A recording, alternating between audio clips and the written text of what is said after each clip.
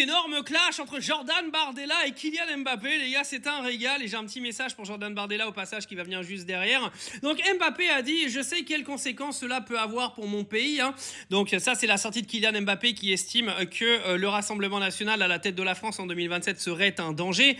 Et Jordan Bardella a décidé de lui répondre de façon très subtile: et moi je sais ce qui arrive lorsque Kylian Mbappé quitte le PSG, le club gagne la Ligue des Champions et peut-être bientôt une deuxième fois. Alors déjà, la réplique elle est plutôt subtile, mais j'ai un message pour Jordan Bardella: il n'y a personne au PSG qui peut te saquer. Le PSG aujourd'hui est détenu par le Qatar, un pays que tu ne peux pas blairer. Et les supporters du PSG ne peuvent pas te saquer. D'accord? Ton parti de raciste, tu le gardes pour toi. Mais le PSG est un club universel avec des Noirs et des Arabes. Donc par les deux, ça ne te regarde même pas. Si on devait faire un sondage du parti politique aujourd'hui que prendraient les supporters du PSG, crois-moi, tu es très loin. Voilà, il y a un énorme clash, hein, parce que soi-disant Kylian Mbappé, hein, que je ne porte pas dans mon cœur, mais absolument pas. Je vous le dis, moi, en tant que supporter du PSG, depuis que je suis petit, Kylian Mbappé est un peu l'antithèse de tout ce que j'aime dans le foot. Mais bon, il a quand même fait des bonnes choses à Paris. Il a quand même aidé l'équipe de France à gagner la Coupe du Monde. Encore arrêté d'avoir la mémoire courte. Sans lui, en 2022, on n'existe même pas en finale.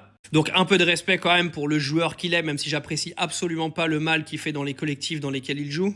Ça, c'est un autre débat. Mais par contre, ça reste un citoyen et célébrité ou pas célébrité, il a le droit de s'exprimer, un n'en déplaise à tous les fachos de ce pays.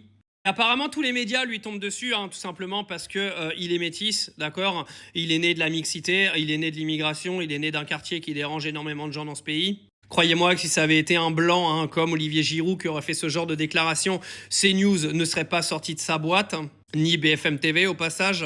Par contre, c'est un autre message pour Jordan Bardella: au lieu de critiquer la carrière d'Mbappé, tu ferais mieux de t'en créer une carrière toi, parce que mec, t'as jamais travaillé de ta vie, t'as jamais été à l'école, on sait même pas qui t'es, à part mettre ton gel et faire le pleu-pleu sur TikTok, tu sers à quoi en fait? Non, parce que c'est bien beau, hein, d'ouvrir sa gueule et de venir critiquer la carrière d'Mbappé, mais lui, il a une carrière au moins. Et il se l'est créé tout seul. C'est pas un putain de milliardaire qui l'a mis devant la place publique pour essayer de le faire élire, pour essayer de changer les pouvoirs. Mbappé, lui au moins, on peut dire qu'il a récolté le fruit de son travail. C'est pas un pistonné de merde. Mais ça me fait rire, ça, parce que genre dans ce pays qui est la France aujourd'hui, si tu prends position contre Jean-Luc Mélenchon, bah c'est pas grave, t'as le droit, toute célébrité a le droit de critiquer donc un potentiel président d'extrême gauche, mais par contre dès que tu commences à toucher à Bardella et l'autre blondasse là, vous avez toutes les bonnes morales qui sortent et qui viennent vous dire qu'un sportif devrait rester à sa place et qu'il n'a pas le droit de s'exprimer. Les sportifs ont le droit de s'exprimer. Est-ce que ça a un impact aujourd'hui sur les élections? Je ne pense pas, parce que de toute façon toute la jeunesse qui suit le foot vote à gauche. Donc c'est pas la peine de vous offusquer, hein, les plus de 45 qui votent l'extrême droite. Donc moi, je ne soutiens absolument pas Mbappé, hein, sportivement, hein. Je suis très content qu'il soit parti de Paris il y a bien longtemps. Par contre, il a le droit de s'exprimer, il a le droit de dire ce qu'il veut.